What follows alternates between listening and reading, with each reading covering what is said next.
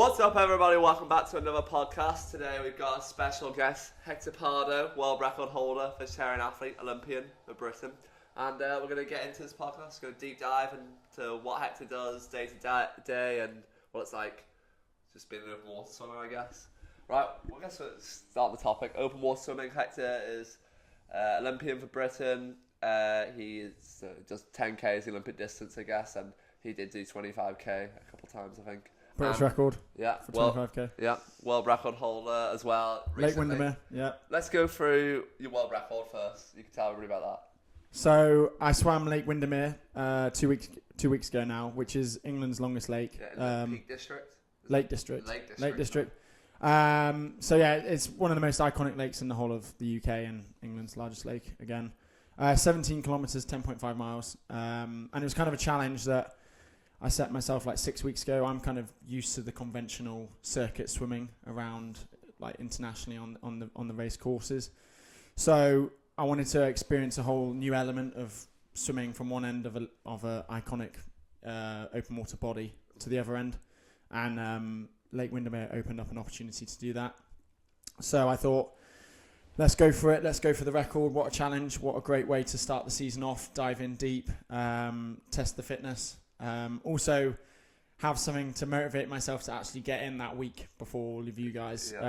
Because for the viewers, everyone else in the squad was set to be back in on the 30th of August. And on my plan, it was the 21st. So having that challenge kind of, forced me to start early. Otherwise, I wouldn't have been able to finish the swim. And yeah, I mean, I thoroughly enjoyed it. And another point for the swim was to raise money for the Lake District Foundation. Yeah. I've been racing internationally for like the last 8 years, open water, and so I've experienced firsthand the impacts of polluted water has on our ability to swim in open water. And so raising money for a charity like the Lake District Foundation to preserve such an incredible area in the UK was something that was huge on my agenda to do. So I set out and started proactively publicising that I was going to be raising money for it, and I made my own donation page, and I've raised £1,500 so far within 3 weeks, which is actually under what I'd like to have achieved at this point. Maybe I haven't done a good enough job at promoting it.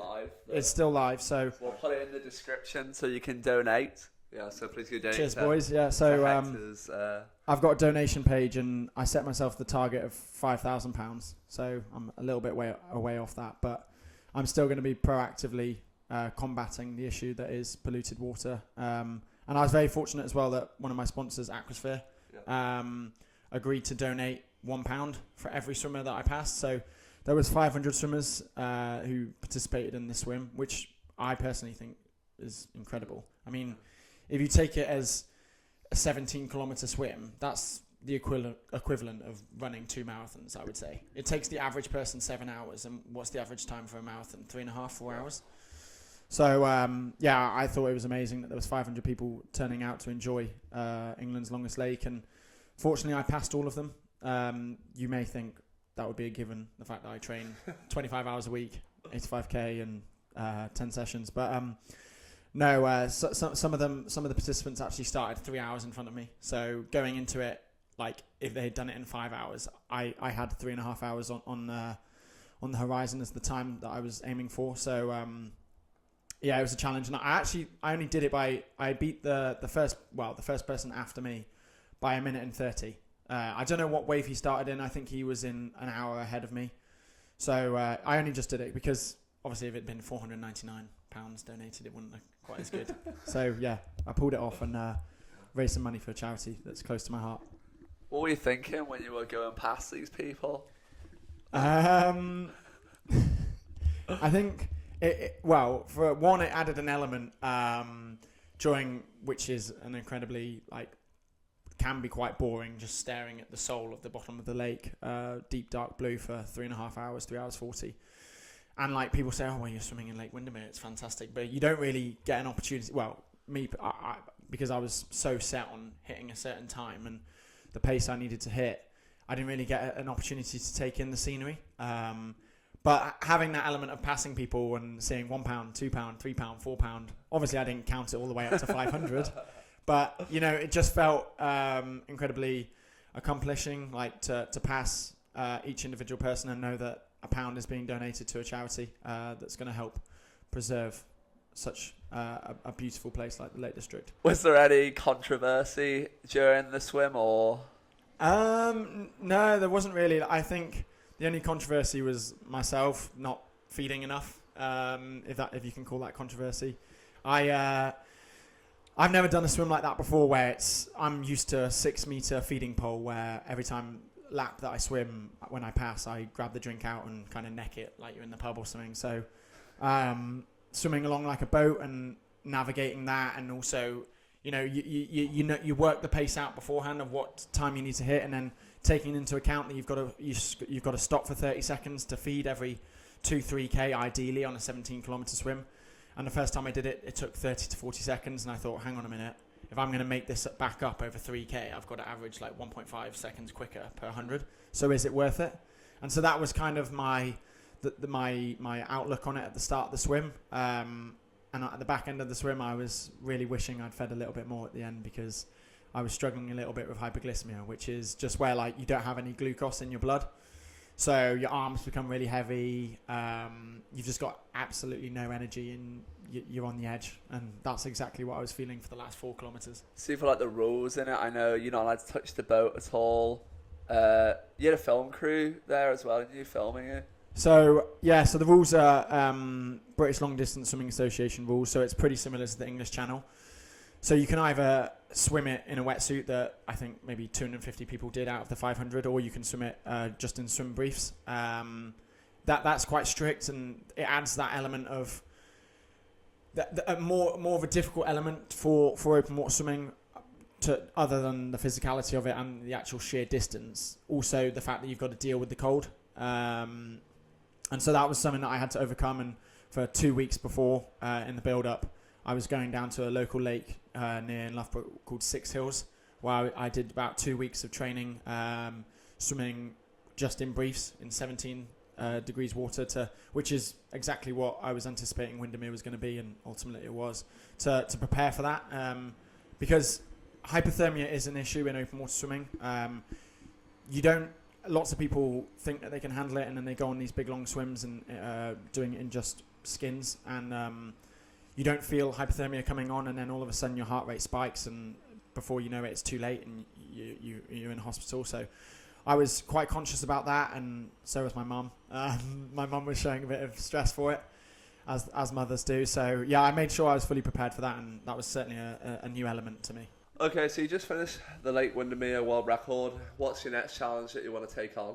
So I've got a list that I've been assembling of different iconic swims, and I'll kind of just choose one when the time's right. But at the moment, my sole focus is on Paris 2024. I'm not going to be doing any more iconic swims like Lake Windermere up until then. I don't want any distractions or affecting my preparation or training at all. So yeah, until after Paris, there won't be any more swims like Lake Windermere.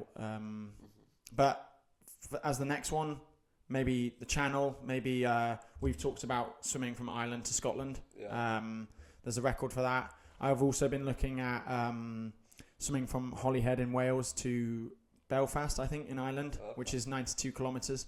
No one's ever done that before in skins. So there's a guy who's done it in a wetsuit, but no one's ever done it in skins. So I would attempt that. It's 14 degree water. So we'll see. There's lots of different ideas. I can't say for certain what it's going to be. But yeah, there's lots of stuff in the works. Yeah. Okay. Well, I mean, as Hector said about when we mentioned the Paris Olympics, that's your main goal for this year. And you're obviously a Tokyo Olympian. You were there along with me. It's the first time we actually met, was in the village. And, well, I guess you can take us through that race. I mean, you were you're the first ever GB open water swimmer I know at the Olympics. And, I mean, I thought it was pretty cool in itself. So, want to take us through your race there? Yeah, so the Tokyo Olympics was quite a difficult one for me. When I was 18, I made the decision to move out after my A-levels to France. When making that decision, I kind of had like the options of coming to Loughborough like you two boys did, or move to France. And at that time, I was like Britain's number 4th choice in open water swimming, and the Olympics was kind of a long shot for me. I was more focused on 2024 Paris rather than Tokyo. And so I think I was kind of in a similar boat to you two boys, like a late developer. And that's why I wasn't solely focusing on Tokyo at that point.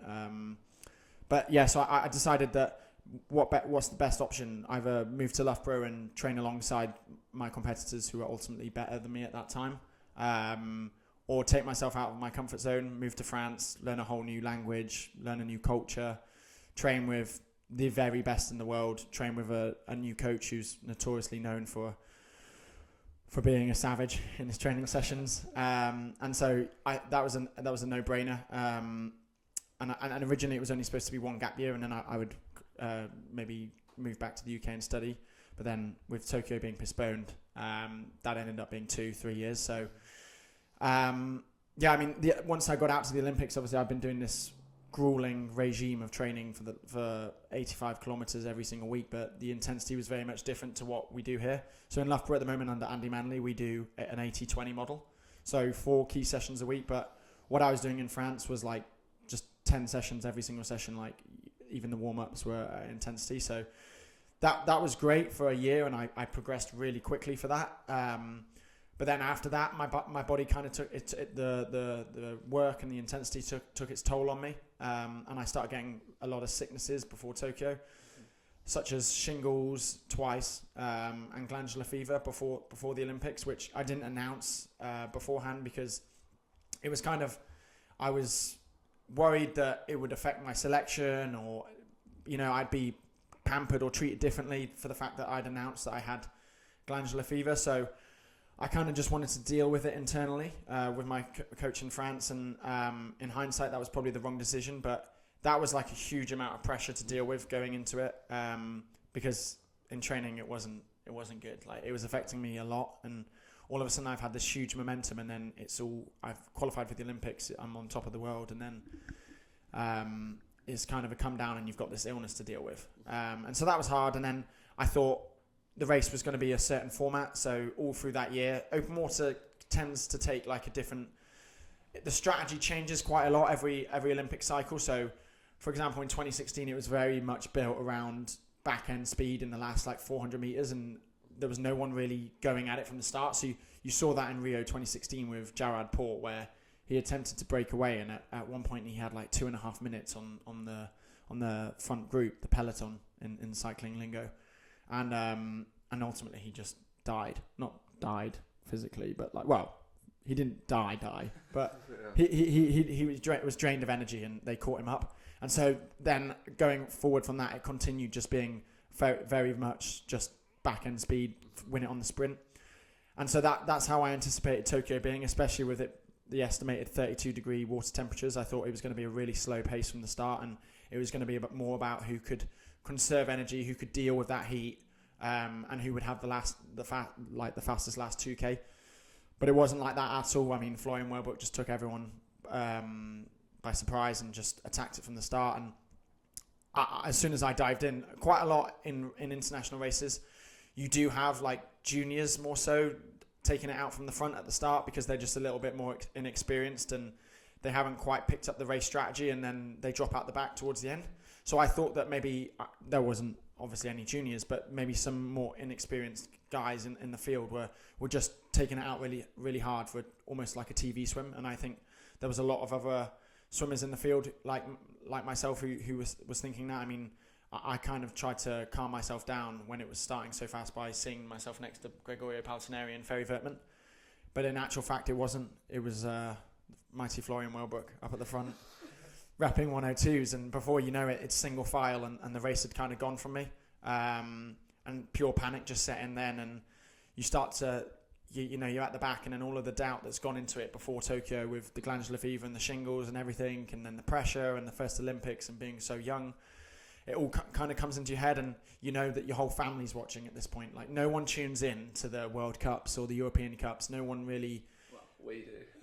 My biggest supporters here do, but no, like, yeah, my parents obviously do as well. But all you're at a lot of the majority of your friends who aren't swimmers or athletes who who go, wow, you've made the Olympics. Like they're actually watching now for once, and for that to kind of happen, it was really upsetting. And I struggled a lot with like my confidence after the Olympics, where I'd kind of had all of the momentum and I'd qualified, and then I didn't finish, and it was like, wow, I'm not an Olympian. I haven't finished, and so that was a lot in my mind, and it took a lot to overcome. And so the only way I think that helped a lot was a change of environment. So moving to Loughborough to train under Andy Manley and alongside these two boys. So and that helped. And I think this year as well, my results and has helped me mentally as well. And I think my confidence has been reborn. And I'm looking forward to Paris 2024. Mm-hmm. Yeah, I mean, as you said, you're obviously going for this Paris 2024, and you've moved to Loughborough, which is great. We'll go back to talk about France a bit later, but so you moved to Loughborough to train with Andy, obviously coming from a completely different environment to France. We speak your home language. I can join in on the banter. Yeah, I mean, also I want to touch on that. You're doing kind of completely different training to what we do, kind of as well. Yeah. Because we're more 815 based, and you're going up there for the 10k. But luckily you do have some training partners with us here. You've got Steeris and Toby. I want to get into more of actually what it's like.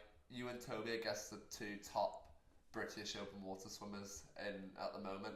And I don't know, is there a bit of competitive rivalry in training, or is it just you both want to make it at the same time together? I don't think so. For me personally, I don't really. If Toby beats me in a set, it doesn't really affect me mentally. I think I'm very much. I know what I need to do, and I know what works, and everything. The work that I did in France, like, hey, I trained in one of the most competitive groups in the world for distance swimming in France, and I wasn't winning sessions there. Like I was swimming against people like David Aubrey at his peak, who was swimming 14:42. So it was very much I was getting beaten day in, day out, and so I've taken that grueling beating. And so but I can still perform. And some of the French guys who I used to train with would train harder than me, or well, maybe not harder than me, but train faster than me, maybe for certain reasons, like they've got faster recovery or whatever it is. But then when it would come to race day, open water is a completely different realm, and you can be good off the turns, you can be good in training, but when you're out there in the open water body of water, and you've got all of the different elements, the uncontrolled environment, the physicality of it all, it's a different kettle of fish. So if Toby beats me in a set, it doesn't bother me. So I'd say you both just want each other to do well. That's yeah, what I go with. Yeah. So obviously I want to do better than he does, but it doesn't really affect me. I mean, this Monday we did a key set, and Toby swam much faster than me, and it doesn't really bother me mentally. Yeah, I guess it's just really about the race. I was going to actually ask you this as well, because obviously we've now formed a little open water group in Loughborough now. We've been training at certain different times to us to get your own key sets in to make sure you get the work you want to do. And how important is it that you don't just train in the pool for open water? Do you think you should go out and get a lake swim as you've been doing once a week or twice a week? Yeah, so I think it's massively important, and I think going forward, so just to explain it a bit more, so until next, I'm swimming with these boys until next week in the high performance squad at Loughborough, and that's like kind of made up of 200 fly swimmers mid distance, and then the top end of the pool distances with Dan and Nathan, and so now there's a new group being formed, which is still like going to be coached by Andy Manley. Like he's still going to write all of the sessions, but we're going to be training at different times, just because the group's so big now, and us as open water swimmers require slightly different training, and that's why we're kind of having to train at different times to accommodate that, because we've only got 4 lanes in the pool in some sessions, and so if you've got some guys doing 200 flies, some people doing 200 freestyle, you've got your 400s, and then you've got your 1500s, and then you've got a whole nother lane for open water, and then you've got another lane for people who want to do slightly different open water training. And so this is I'm seeing this as like a positive opportunity, and like me and Asterios and Toby are just going to go at it. We're going to be in our own pool time swimming in the British swimming lanes, so I'm looking forward to that, and we're great training partners. And to touch on Dan's point about how it differs in terms of open water training to 1500, I think the main difference is Dan and Nathan do a lot more heart rate training, whether that be 4100s off 120 in a suit or whatever, averaging, I don't know, 57s for you two boys. For me, it's like I've got to be doing like a lot of threshold and 5K main set threshold sets. So we call that the red zone. So I don't know if you're aware, like if you know these training zones, it's kind of used universally a lot in America as well. But we have like white, pink, red, blue, purple. It's called the John O'Bancheck model. There we go. We got the correct lingo for it. So, and the red zone is around 170 heart rate. So really in that threshold zone, which is what we will be sitting at during the whole 10K. So to do a lot more of that during our training is really important. And for these two boys, it's far more important to do a lot of heart rate and stuff and race pace and having that. Because 1500 is a speed event, really. It's an endurance event, but you've also got to be fast. Like, if you only have a 400 PB of 4 minutes, but you can hold it for days, you're still not going to be there. Mm-hmm. You've got to be able to swim fast like these boys do. So, and that's not as important in open water, and that's why the training differs. So swimming's more based on your own race strategy, but would you say open water's based on more your competitors or your own race strategy? I think both of those elements are true. So I think depending on the race and who's there, can be on the competitors. Mm-hmm. And then if it's an absolute stacked field and every single person's there, then you've got to kind of interpret how the race is gonna plan out, and you've got to build your own strategy off that beforehand. And like it's probably different to pool swimming, where before our races we sit down the night before and have a 20-minute, 30-minute chat with the director of open water swimming and the team manager, and we discuss the whole strategy through. Whereas you don't do that with a 400 freestyle or something. You don't sit down. So it's those are what differ in for the elements of it. They're both of those are true. So you obviously came from France to Loughborough, and then you've gone from like a lot of open water swimming program where there's a lot of swimmers, where you're going to like basically 3 people you're racing. Would you say that's better in terms of, because it's more? Would you try to be more individualized here, or do you prefer getting more people to race in the session? I prefer having more people to race. I think the culture that I had in France was like, the results speak for itself. It's one of the most successful open water groups in the world, and it's completely built around open water. Pool swimming is kind of seen as second. So the coach, Luca, who I touched on, was just in love with open water swimming, and his kind of philosophy was that like if you're a 1500 swimmer, you should still be doing open water and then go back to 1500. I think he's done an interview on World Aquatics about it. That the elements that you'll learn from open water swimming and the physicality and everything, it may be in a completely different realm where you're not following a T line at the bottom of the swimming pool and turning, but you can still take those lessons from open water and bring it back and become a faster pool swimmer. And he saw that, and internationally everyone saw that on so many occasions with French swimmers like David Aubrey. Yeah. Very much started as an open water swimmer on the junior stage, European junior champion, worked his way through, and then he was never really there on the 1500 until he was maybe a 1545, 1550 up until he was 18, 19. Mm-hmm. And then within a year and a half, it just clicked for him, and he dropped to like a 1442. And you saw Damien Jolly, another guy who went and did open water and then got quicker, and there's loads of cases of it. So I feel like it's turning the other way though now, because I feel like the top 3, 4. Well, I think up until this year it was open water. They rule the ocean, they rule the pool. You know what I mean, and the distance events. And now it's kind of changed up a bit, as I've seen. But I think that's more to do with event schedule. I'd say the open water, so especially at this World Champs, they were coming in from doing 5k, 10k, 5k relay, then having to come and do a 800, 1500. I mean, they're going to be wrecked, aren't they, going into it? So I feel like that's why you didn't see the top end open water swimmers in the finals at the pole swimming. Is that the same as Tokyo, or is it after in Tokyo? And at the Olympics, at the Olympics, the open water is after. So maybe we'll see a different change of results, I guess. I maybe think you'll see me. I think open water. Yeah, Loughborough 5 people from Loughborough. We can do a little huddle on the pontoon before the race. I think the elements that Dan touched on there, where it massively depends on the event schedule, and we saw that this year with like Florian Wilbrook just being knackered after swimming like 4 races, and I mean, someone like Krzysztof Ozowski was able to PB in all 4, but he's just a superhuman. So, but yeah, I think obviously there are people who come over from 1500 like Romanchuk. Not to disrespect him, but he's not one of the very, very best in the world. When you think about who's going to win a race at World Championships, like the top 5, me personally, I wouldn't put him in that top 5 for open water. He with his 1500 speed, he can come in and beat people who are ranking 5th to 15th. But at the end of the day, people like Florian Wellbrook have been doing open water since they were 15 years old. Like, I remember racing Florian Wellbrook back when I was 13 years old in Mallorca Best Fest, and he was 18, 19 out with the German team, and he was doing open water there way before he'd even been like acknowledged on the world stage for 1500 at that point. And it goes back to that point that I was making, that Philippe Luca states that you can go from open water and become a 1500 swimmer, and it can improve your 1500.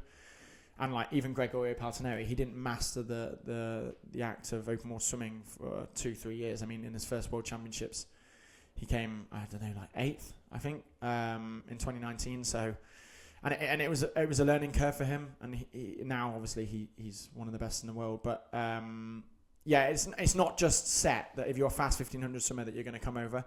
Obviously, it helps and it's an advantage. But there are other like elements to learn, such as the physicality of it all, the positioning, the fact that it's 6.5 times the distance of anything in the pool, not having turns, swimming in a line, the lat endurance of just swimming continuously for 2 hours. Yeah. Well, I think we've touched a lot on the swimming aspect of that. I think we should touch more on the personal. You came to Loughborough, you bought your first house, I guess. Yeah. What's that like? So I was kind of sick and tired of paying lots of rent in France. It's a bit more expensive as well where it was in Montpellier. So I thought, I'm going to be here I started my degree last year, so I'm going to be here for the next 4 or 5 years, depending on whether I split it or not. So it was a good idea to invest in a house and avoid having to pay rent every single month. And also kind of create it into a homely place. If I want to buy a recovery bathtub to do ice baths in, then I can. If I can personalize it however much I want. If I want to stick an altitude chamber up in my top bedroom, I can. And that was kind of one of the main pros for doing that. And also just to create like a homely space for my partner as well, who was making like a huge move from France to come over from Loughborough to train with me. So a base to come home to every day, where the pressures of the pool are hidden. Yeah. Okay. So we touched on your university course there. You just started. You're going into your first year now. What course do you study and how's it going? So I'm studying business, economics, and finance. It's going good, I think. I had to do a foundation course last year because I'd had like 3 years out of education from my A-levels, and maybe because my A-levels weren't quite up to scratch. I mean, I got BCB. That's pretty good. Yeah, cheers. And so yeah, maybe they weren't quite there, and also the fact that I'd had 3 years out, I think I was open to the foundation year anyway, just to kind of get my mind back in academics and see if I can truly balance academics and swimming, because I know I did it at Ellesmere College where for my A-levels, but it's different when you're swimming 45 kilometers a week to when you're swimming 85. So I think last year I was able to balance it quite well, and hopefully I can do it well this year as well. Mm-hmm. Fair enough. I mean, I think we touched on Philippe Luca. I mean, I only really heard about him, I'm not gonna lie, till UK. Also, I'm not sure if people are watching have heard of Hector on Twitter. If you haven't heard of him, go type in Philippe Luca on Google, and then you'll understand everything I've been saying. just purely off his appearance. I have a question for you.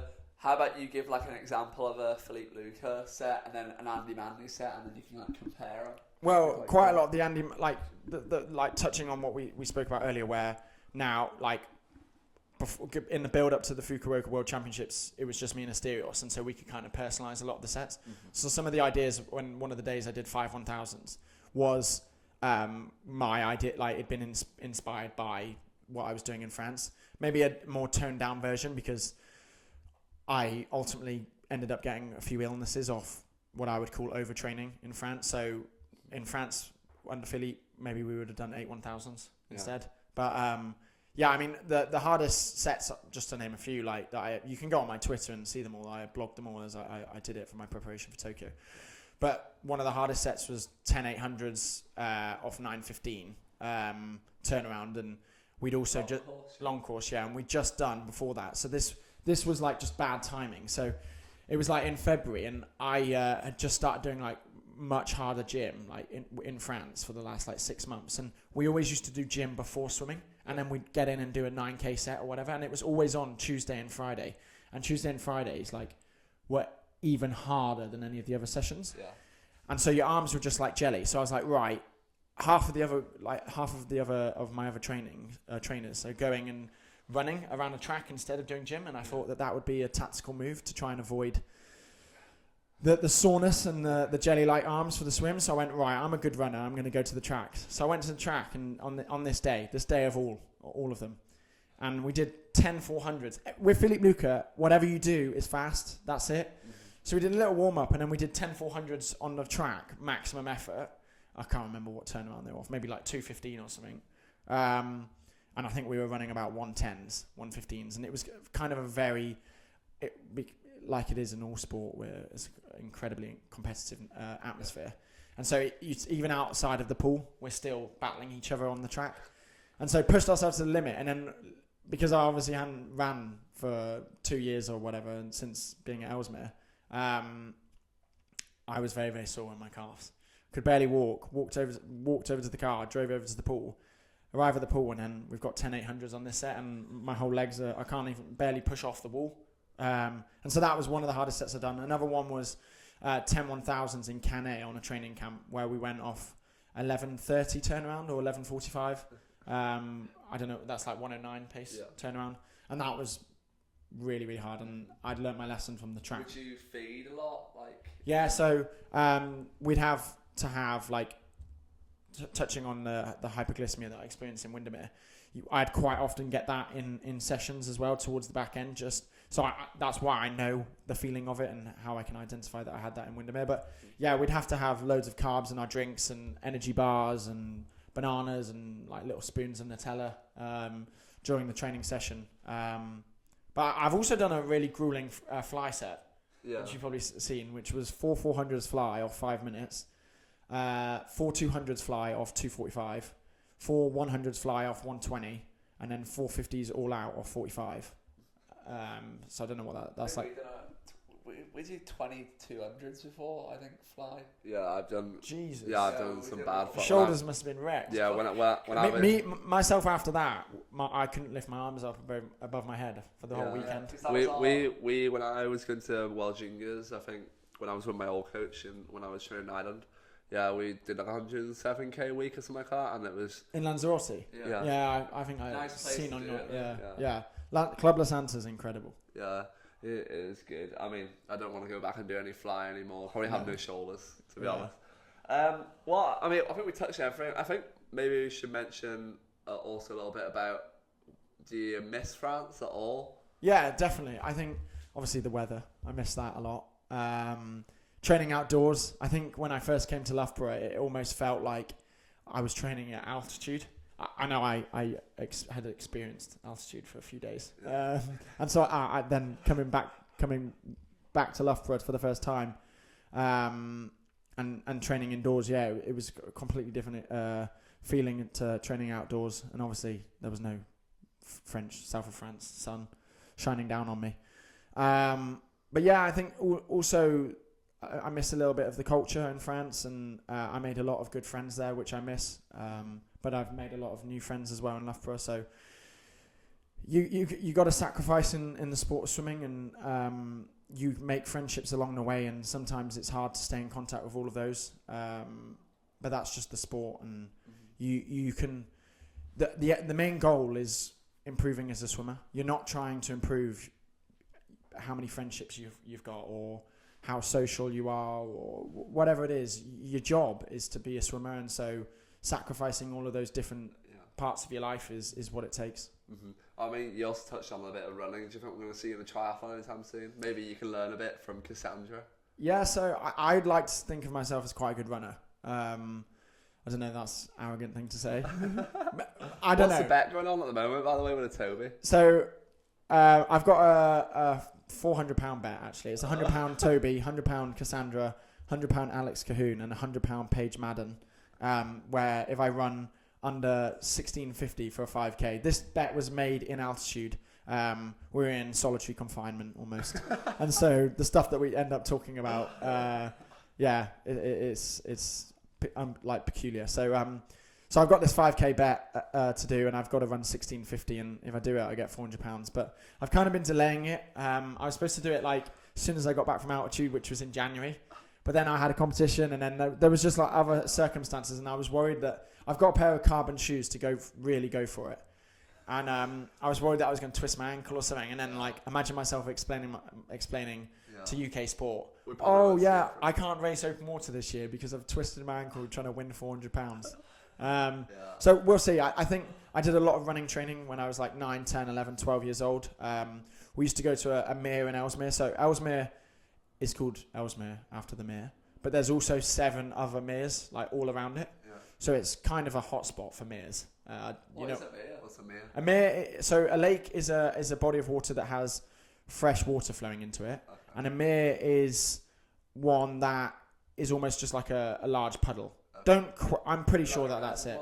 Yeah, I think it still has a slight flow into it, but it's not as much as a lake. Like a lake has like a river into it, whereas a mere is kind of off the hills, like just rainfall from the hills.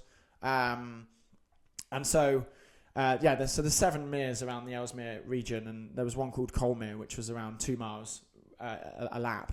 And when I was from about 8 to 12, we used to go there every Tuesday morning to build that aerobic capacity. And we used to run like 3 laps, and already I've touched on the fact that I'm super competitive in any aspect of life, whether it be swimming or running. And so we always used to just absolutely max it, all of us as 8, 9, 10-year-olds. And the training group was... kind of a large difference in ages between us all. So there'd be some 15-year-olds who would obviously be a lot more physically developed, who I would be setting myself to try and keep up with. So I've done a lot of running training, and I think like when I was 12 years old, I ran 5:04 on a 1500 track, and that was just off that one running session I did a week at Colmere, 3 laps of 2 miles. So I'd like to think of myself as quite good at running. Like obviously I'm nowhere near the top runners or even the top runners in triathlon like Alex Shee. Like I think Alex Shee runs like 4:05 on a 1500 or something like that, or maybe even quicker. He might even run. He probably runs sub 4, which is just I can't get anywhere near that. But that's like in swimming. If someone was to get in the swimming pool after never swimming their whole life, wouldn't be able to just swim 16:30 on a 1500. I think when we went to the London to watch the Super Series meet, I reckon we definitely take that. I reckon I could probably win that, to be honest. Sign us up, Super League. We'll be there. I have a question for you. Wait. I just want to say, what Dan's saying is, I think if a top swimmer, was to transition over to triathlon, the Super League indoor would certainly be the easiest format to compete in initially. Just because you've got the 200 swim, and then you don't have the technical aspects on the bike or on the run. It's just output and conditioning and your aerobic capacity on the bike. Like how hard can you pedal for a certain period? There's no going around corners at 35 kilometers an hour, which is what they do on the road in professional, like actual on in person. Well, not in person, but how would you like an actual Olympic distance triathlon? They're going around those corners at rapid speeds, and that takes years and years and years to master. So. But Super League indoor, it's just output. So, I mean, with a year's training, I'm sure a top swimmer could compete at one of those. Right there. Okay, so I think we should go on to the public questions now. Obviously, put up a poll on Instagram and see what people are going to say. I think my mum actually asked a question, so I'm sure she wants to mention. What's your favourite thing to cook? Because obviously, you're a vegetarian athlete. We mentioned that at the start, so... I think risotto. Risotto is probably one of my favourite things. Yeah. What do you have in it? Saffron and... So I've got a variety of different risottos that I cook. So saffron risotto with loads of parmesan, and I normally fry a slab of parmesan as well and make like a little parmesan flake and put that on the top with a bit of fresh basil. Chef. Yeah, that's lovely. And I also make my own pesto risotto. So I'll make my own pesto and then make the risotto and add it together, and that's really yummy with a few fresh cherry tomatoes on the top, bit of fresh basil as well, lovely. And then another one I cook is like porcini and like mushroom creamy like risotto, which is really, really tasty. And I've got some like truffle oil that I got for my Christmas present, like a stocking filler. Don't know how that sounds. In your house. Don't know how that sounds saying I've got some truffle oil, but I do a little bit of truffle oil on the top, and good as anything. As good as the restaurant. So that's probably my favourite. And Cassandra's just got a thing called bought it over from France called a Thermomix, which you two would probably you probably love, as you're the cook, but Dan isn't fussed because you're doing all the cooking. But the Thermomix is basically like a robot where you add all the ingredients, it weighs it as like compound as you've done it, and then it just cooks it and turns it. And so for risotto, it's perfect because obviously you've got to stir risotto for about 40 minutes. How long does it take to make out of those machines? Risotto, 20 minutes. Oh, really? And it stirs it all for you, so you can just pour it all in. You can pour it all in. So we touched on the difference between open water 815 training. What's a good amount of kilometres per week to train for a 10k swimmer? So I'd say like internationally, everyone's averaging 75 to 85 kilometres a week. The 25k boys, like, there's less of them now. They've moved more to the iconic swims because the 25k has been taken out of the World Champs schedule and it's not an Olympic event. But they're probably training 100, 110 kilometres a week.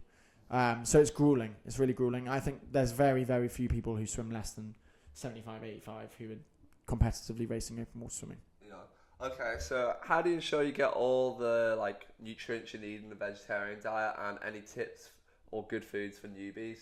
I've got also an add to this question as well. Because obviously we're in Sierra Nevada. I mean, the food there isn't great, especially if you're vegetarian as well. So how would you? Yeah, so it's difficult sometimes. I think people try and like think it's more difficult than it is for myself, and say, how do you do it? How do you do it? And it's like, I've been a vegetarian all my life for moral reasons, so I've never known anything different.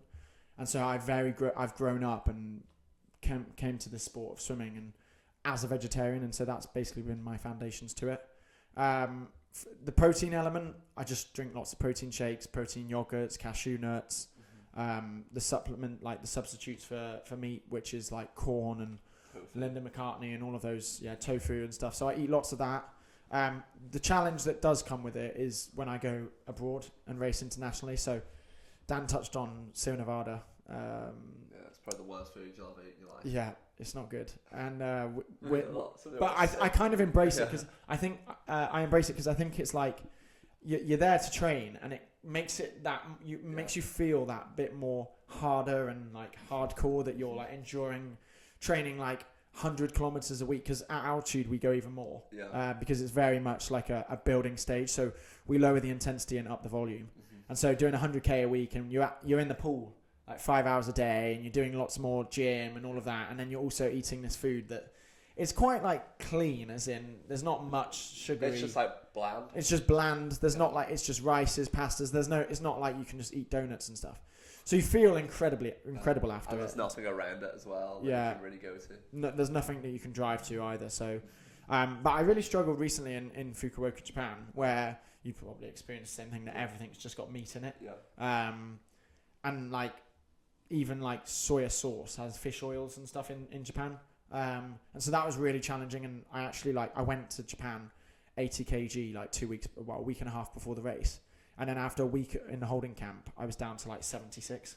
But I was lean. I don't know if it contributed to my performance I was carrying less body fat at least. But I struggled a lot with that. Yeah. We got, what's your favourite thing to do in Loughborough outside of the pool and swimming? So I like building Lego. You guys know about that. You should start a TikTok page. Yeah, I should. Yeah, I've got a TikTok page for learning French, so I'm not very active on it. But I like building Lego. I like choosing. So Dan touched on, I've got my house. I own my house now, and so I like doing a bit of interior design for that. And you like coming to the cinema with us? Yeah, I like going to the cinema with the Wiffen boys. So that's good. And I like going for lunches. I like going for walks. I like going to see friends. I like going to the range to play golf on the drivers, just the drivers. I don't play on the actual golf course. And I think, there's loads of stuff that I like to do outside of the pool, and I think that's really important for any athlete in any realm of sport to kind of have a change of scenery on the weekend. I think we're quite fortunate that in swimming we have a weekend off. Yeah. I think it's essential because swimming's such a monotonous sport. Again, staring down at a T-line for 25 hours a week, that if you were to train on Saturday, Sunday, and you just never have a day off, mentally it would just be too challenging.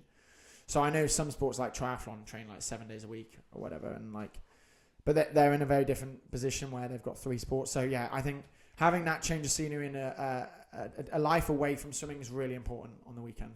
So we'll give a hypothetical scenario about being a vegetarian. Say you're in an archery range and you're shooting an arrow and a bunny comes across, somebody accidentally hits it with an arrow.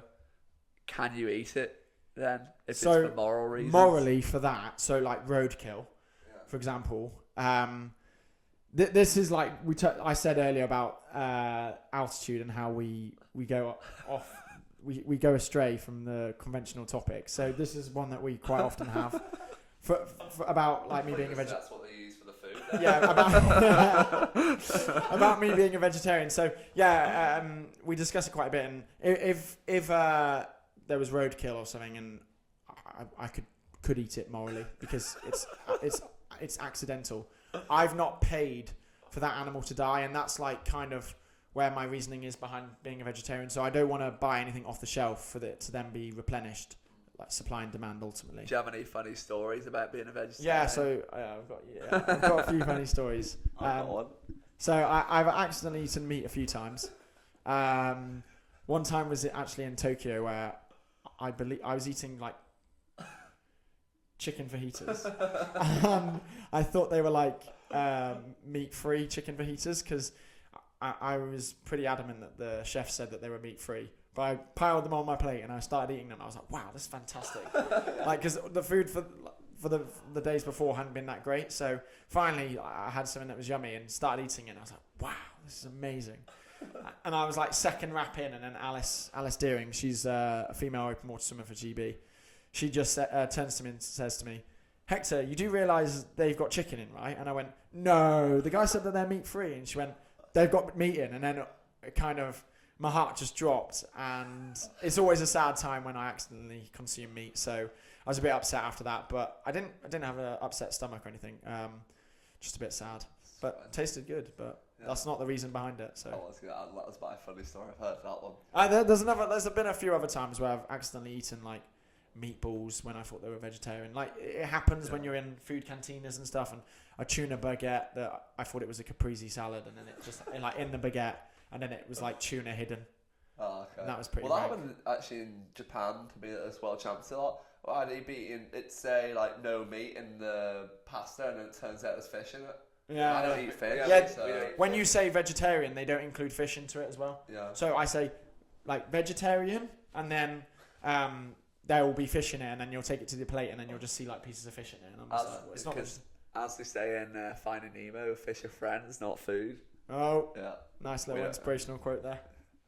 That's why you've eaten fish a lot of the time. No, I don't eat fish. Okay. Right, I think to end it off, we're going to end on a real like prominent question that's happening at the moment in open water swimming is the water quality in Paris. Obviously, you had the test event there like a month or two ago, which had too much E. coli in the water, so Hector was able to swim. That is poo. Wait, say poo. Okay. No, don't say that. E. coli. E. coli. So there's too much E. coli in the water. Do you think, are you worried about Paris being the same issue? No, no, not at all. So I think obviously like pollution in waters at the moment, like especially open waters, is a huge issue, and it's affecting everybody's ability to swim in open water. You've seen that wild swimming has become a huge mass participated a sport on an amateur level since like lockdown, and so it's growing continuously, and so open water venues are popping up everywhere, but then also open water venues are being taken away from us just because the water quality is not good because of sewage companies polluting. I've experienced it. I've been racing 8 years and I've experienced it firsthand on many occasions, and for me, I'm kind of, you'd think that it would be very rare for me to experience that because a year minimum of planning goes into these races, and there's insurance and all of these different costs, and then there's also the titles of World Championships and Olympic champion and whatever, European Cup winners, all on the line. And so World Aquatics obviously take thorough procedures to make sure that the race isn't going to be cancelled, and so that they don't have to pay out insurance or anything. And then if and the races are still being cancelled, or training sessions are not going ahead in the build up to the swims. So if I'm experiencing it on these huge stages where it shouldn't be happening at all, I can't imagine what I've been seeing it all over the news where it's happening, especially in Dartmoor. The wild swimming has been banned now, and there's huge uproar within the wild swimming community. Yeah. That this like essential life skill of swimming and the ability to enjoy the outdoors is being taken away from us. So yeah, it's massive. But to touch on Paris 2024, I have full confidence that that's going to go ahead. It's the Olympics. There's so much on the line. Someone is going to be crowned an Olympic champion, and so it's going ahead. I think if you just want to hear some stats about the River Seine, 92% of the time since April, the water quality in the Seine has passed. 8% of the time it's failed, and that 8% of the time was we were just unlucky to be that time. Like, well, have you heard the plans that they're trying to make in the Seine? 6 long course meter swimming pools. So exactly. So the whole plan, I think, behind the Paris 2024 Olympic Committee is, with every Olympics, there's kind of a legacy after it. So you've seen it with the London 2012 Olympic pool. Like, we've done a phenomenal job at a legacy. I know very few competitions are held there, and not many clubs train there because it's so expensive. But yeah, that's just a cost issue. That is still a huge legacy behind it. It's still a highly visited venue, and so that's what Paris are kind of trying to do, and every Olympics should try to do with their venues. And with the open water one, they're hoping to. Well, they've already started it. You know, I saw it when I was there for the triathlon test event. So my partner Cassandra, she's a triathlete, and I went to watch her in the Paris test event, which was 2 weeks later, which actually went ahead. So 2 weeks later, the water quality was fine. And yeah, they've got like almost like beach-like fronts along the river where you can go and sit in the deck chair and enjoy the sun, and like you can go in the river and swim. I don't know if you can swim in the river yet, but there were people there enjoying the sun, like almost in like beach attire. Yeah. And so that's the plan. Like, they want this race to go ahead to prove. I think it marks 100 years since the last time someone swam in the river. Well, it's last 100 years since the last Olympics as well. Yeah, 100 years since the last Olympics in France. In Paris. Yeah. And 100 years since the last time someone swam, like people were allowed to swim in the River Seine. So they're trying to change that narrative, and they're trying to encourage people to go and swim in the river. And they're also doing projects like opening up areas and venues and 50-meter like outdoor swimming pools, like made out of lane ropes. Like, it will still be open water, but there'll be like lane ropes. Yeah, double water there.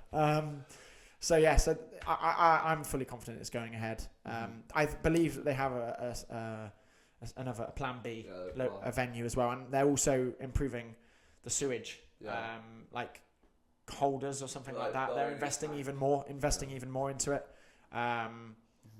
because the reason why it happens is when it rains heavily, sewage companies then think that it's okay to just go and pump all of the sewage into the river, because they think the freshwater landing masks the sewage, and so they're getting away with it, and they won't be able to get away with it in the build up to the Paris Olympics. The Paris Olympic Committee aren't going to allow polluted water for us. So yeah.